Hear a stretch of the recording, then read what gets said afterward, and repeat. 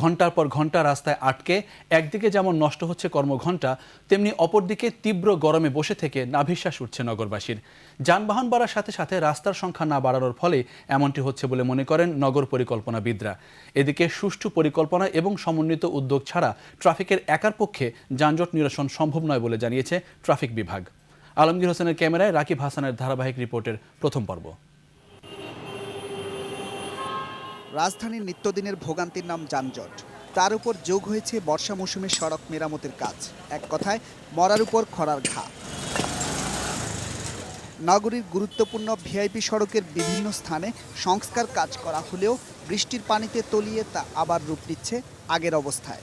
আর এই মেরামতের কাজ ও খানাখন্দের কারণে ব্যস্ত ভিআইপি সড়কের বিভিন্ন প্রান্তে প্রতিদিনই লেগে থাকছে যানজট। 40 মিনিট 80 মিনিট মহাখালীতে এই মধ্যে আসতে ফার্ম করতে আসতে ভীষণ কষ্ট। অনেক সময় মনে হয় যেন হেঁটে যায়, কিন্তু বাচ্চা নিয়ে তো হাঁটাও সম্ভব না। অন্যদিকে মগবাজার মালিবাগ ফ্লাইওভার নির্মাণ কাজের কারণে এ রুটে যান চলাচল হয় সম্মুখ গতিতে। এর প্রভাবে মহাখালী, কারওয়ান বাজার, হেয়ার রোড সহ বিভিন্ন ভিআইপি সড়কে বেড়েছে যানজট।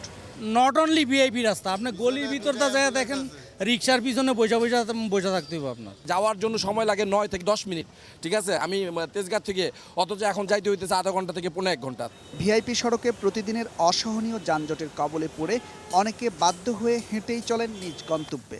আধা কিলোমিটার আগে থেকে হেঁটে আসছি, কারণ এখানে অত্যন্ত জ্যাম। 3 ঘন্টায় মগবাজারের রাস্তায় পড়ে রয়েছি। আমার জরুরি দরকার, এখন আমার হেঁটেই যেতে হবে। রাজধানীর বিভিন্ন রুটে দীর্ঘ যানজটে সাধারণ মানুষের মতোই ক্ষুব্ধ ও হতাশ ডিএমপি কমিশনার।